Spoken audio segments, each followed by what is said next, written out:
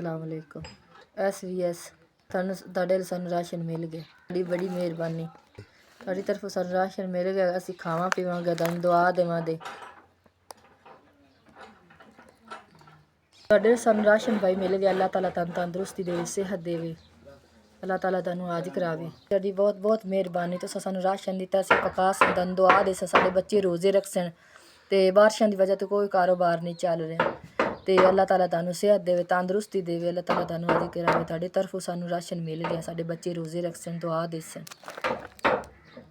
खंड है, घ्यो है, दाला ने सब आटा है, सारा कुछ है। अल्लाह ताला तंदुरुस्ती देवे, तैनू अल्लाह ताला हाज करावे। तुसां सानू राशन भेजे, अल्लाह ताला तंदुरुस्ती दे, अल्लाह ताला तैनू हाज करावे। तुहाडी तरफों सानू राशन मिल गया।